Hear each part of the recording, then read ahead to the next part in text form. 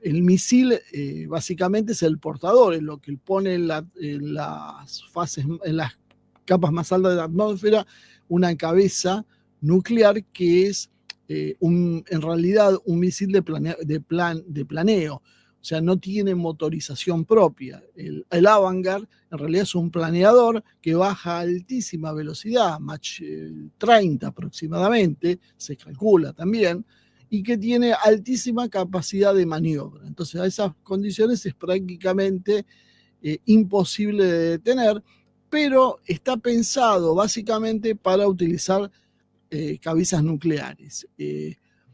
¿Puede ser utilizado aprovechando su capacidad cinética como un misil convencional? Sí, puede ser, pero es demasiado costoso. No hay tantas unidades como para darse el lujo de usarlo así libremente. Y el otro problema es si uno lo monta en un Sarmat y despega un Sarmat, cuando ese misil llegue y comience a liberar sus ojivas, sus planeadores hipersónicos, y estos bajen a esa velocidad, difícilmente alguien sepa si es una carga nuclear o no. Evidentemente tampoco se va a saber, pero por el tipo de misil se va a presuponer que sí, sí es un arma nuclear. Por lo tanto, sería una escalada aún sin creerlo. La realidad es que esta cantidad que se calcula en Occidente parece que es suficiente para hacer mucho daño, pero no para conseguir la destrucción total de la OTAN, porque habría que neutralizar todas las bases, nodos logísticos, radares, centros de comando, sin acudir a las armas nucleares, lo cual haría casi indispensable, por un lado, ir a las armas nucleares como forma de reaseguro, pero además la otra opción que podía utilizar Rusia es el apoyo masivo convencional, la saturación con vectores secundarios, como son los Kalibr o los Iskander, la guerra electrónica y demás, ¿no?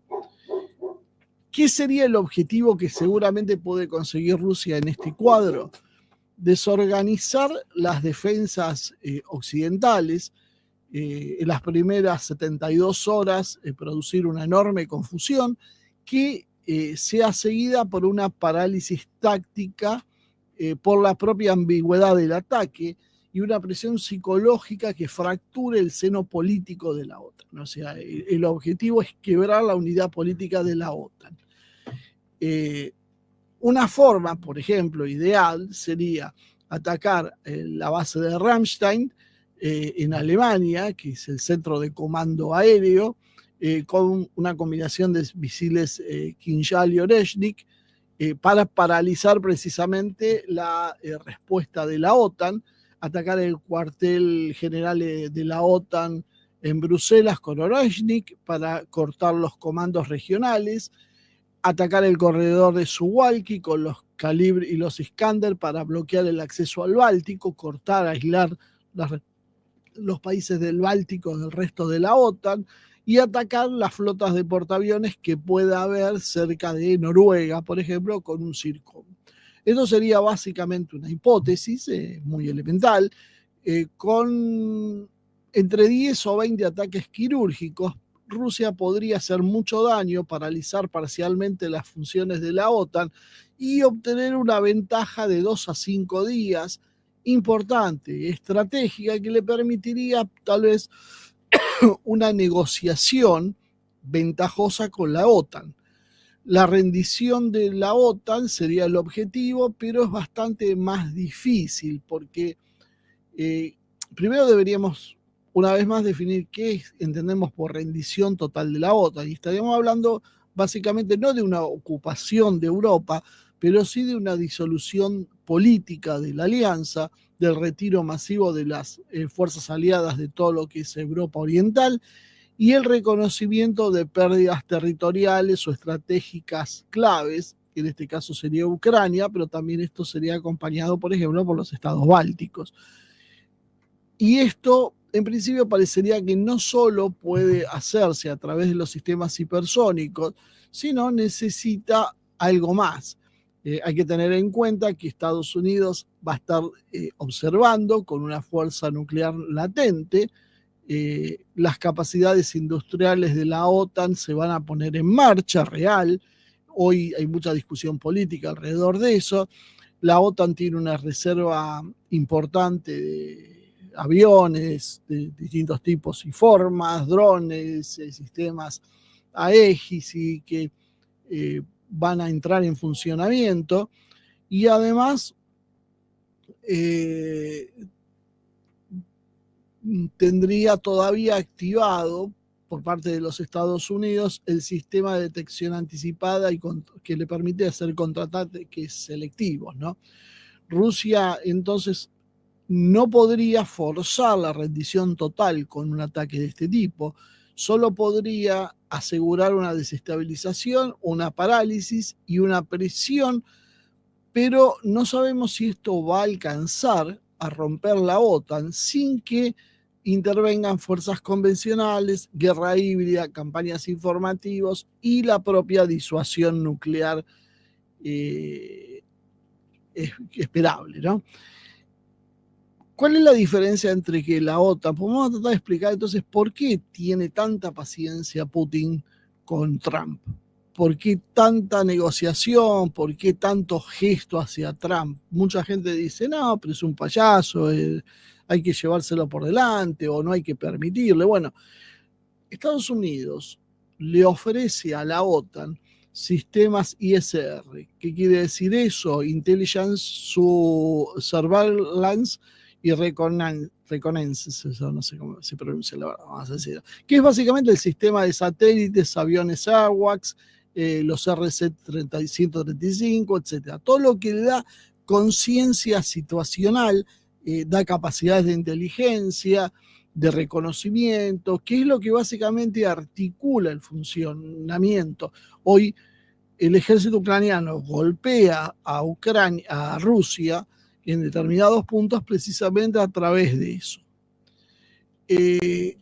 Le da proyección estratégica con portaaviones, bombarderos estratégicos, los sistemas de ICBM, los sistemas de misiles nucleares, fuerzas aerotransportadas, que cuenta Estados Unidos en cantidad. Tiene capacidades de guerra electrónica con la NSA y el cibercomando, que no tiene capacidades equivalentes a Europa. También le da disuasión nuclear estratégica con las más de 5.000 ojivas nucleares que tiene en total.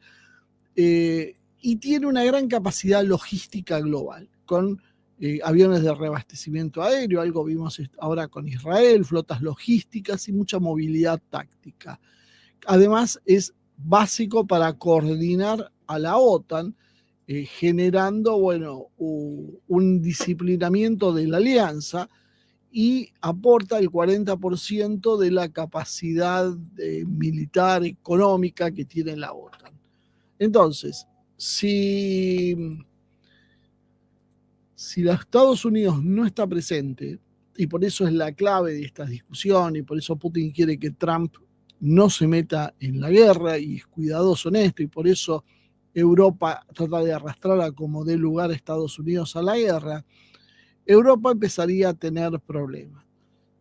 La defensa aérea avanzada perdería muchísimo, solo tienen sistemas Aster 30, los sistemas Siristea alemán y algunos Patriot.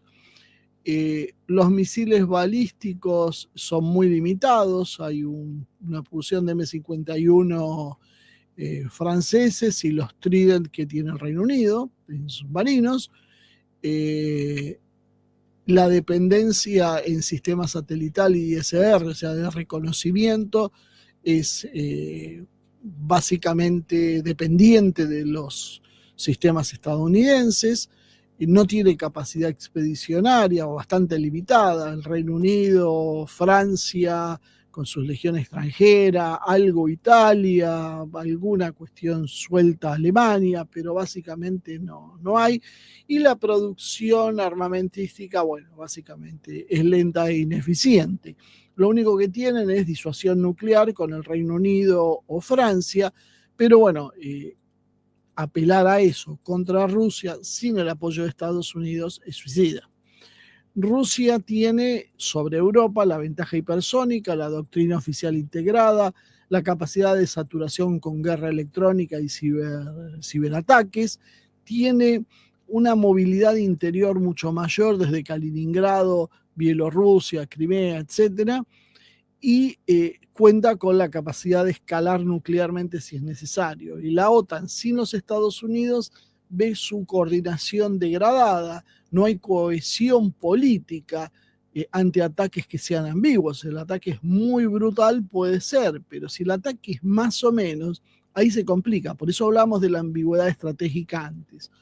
Tiene una infraestructura defensiva expuesta y tiene mucha dependencia logística y de coordinación con los sistemas de comando de Estados Unidos.